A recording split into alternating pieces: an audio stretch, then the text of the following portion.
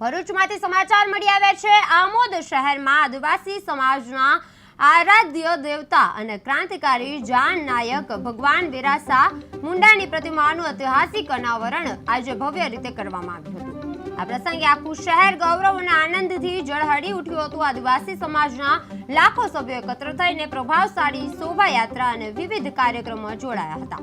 ભગવાન બિરસા મુંડાની પ્રતિમાને ફૂલહાર પહેરાવી ભક્તિભાવ વ્યક્ત કરવામાં આવ્યો હતો।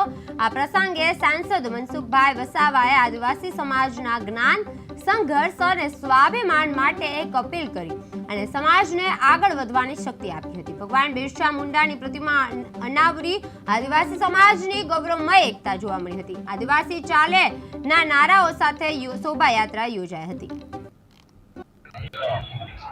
આઝાદીની લડાઈમાં અનેક લોકોએ આઝાદીની લડાઈ લડી, એમાં આદિવાસી યુવાન બિરસા મુંડા પણ ઝારખંડમાંથી યુવાનોની સેના તૈયાર કરી, તીરકામઠાની સેના તૈયાર કરીને અંગ્રેજોની સામે લડ્યા। એમની તાકાત જોઈ અને જે યુવાનોની જે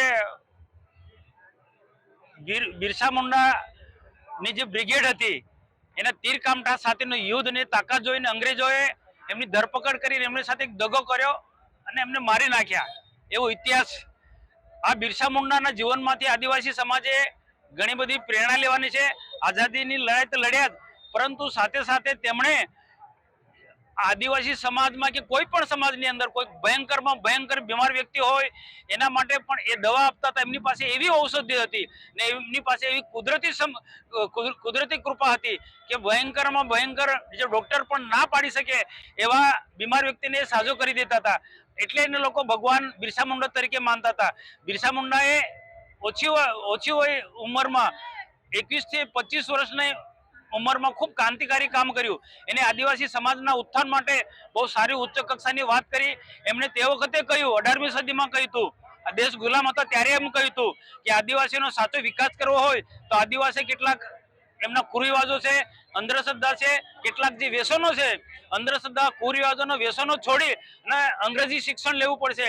એ વખતે એમને શિક્ષણ પર ખૂબ ભાર મૂક્યો છે। તો આદિવાસી સમાજને આજે મેં એ જ અપીલ કરી કે આપણે બિરસા મુંડાની પ્રતિમા અહીંયા સ્થાપિત કરી આમોદમાં, અને આદિવાસી સમાજના યુવાનો પણ આજે ખૂબ મોટી સંખ્યામાં ભાઈ બહેનો બધા ઉપસ્થિત હતા।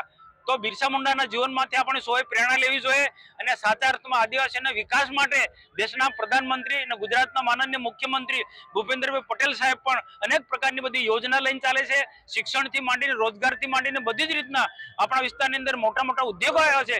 તો આ ઉદ્યોગોમાં પણ આપણે સારું શિક્ષણ પ્રાપ્ત કરીશું, અંગ્રેજી, ગણિત, વિજ્ઞાન વાળું શિક્ષણ પ્રાપ્ત કરીશું તો આ મોટા મોટા ઉદ્યોગોમાં આપણા યુવાનોને રોજગારી મળે, કામ મળે અને સરકારી નોકરી મેળવવામાં પણ ગુણવત્તાવાળું શિક્ષણ જે બિરસા મુંડાએ કહ્યું છે એ પ્રકારે અંગ્રેજી શિક્ષણ આપણે મેળવીશું તો આદિવાસી સમાજની, ગરીબ સમાજની એ ઉન્નતિ થશે। એ આજે અપીલ કરી અને આવનારા દિવસોમાં જે ભારત ભારત 2047 સુધીમાં વિકસિત ભારત બનાવવાનો છે તે વખતે ગુજરાત ને ભરૂચ જિલ્લો પણ પાછળ ના રહે અને આદિવાસી સમાજ પણ પાછળ ના રહે, એટલા માટે મેં આદિવાસી સમાજને પણ વિકાસના માર્ગે જોડવાની અપીલ કરી।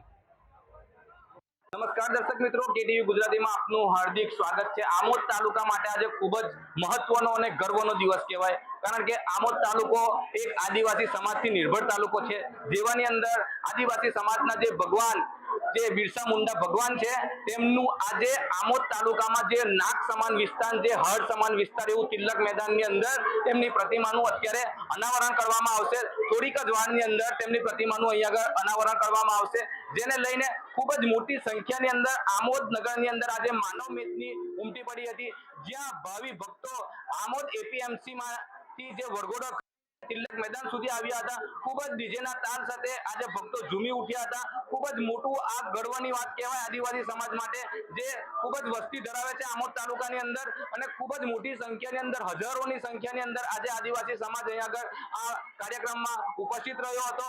અને આ વધુની અંદર ભરૂચ જિલ્લાના સાંસદ મનસુખભાઈ વસાવા તેમજ સ્થાનિક ધારાસભ્ય દેવકિશોર સ્વામી પણ આ શુભ પ્રસંગે અહીંયા આગળ ઉપસ્થિત રહ્યા હતા. આપણે કેમેરામાં જોઈ શકીએ છીએ કે ખૂબ જ મોટી અહીંયા આગળ જે માનવ મેદની અહીંયા આગળ હજારોની સંખ્યાની અંદર આજે આદિવાસી સમાજનું જે સંગઠન છે તેમના દ્વારા આજે બિરસા મુંડાની ભગવાનની પ્રતિમાનું આજે અહીંયા આગળ અનાવરણ થશે. ખૂબ જ ગર્વની અને ખૂબ જ મહત્વની વાત છે કે આજે આમોદ તાલુકાની અંદર આ પ્રતિમા મૂકતા આદિવાસી સમાજ ખૂબ જ ઝૂમી ઉઠ્યો હતો. જાવેદ મલિકનો રિપોર્ટ ટીવી ન્યૂઝ ગુજરાત.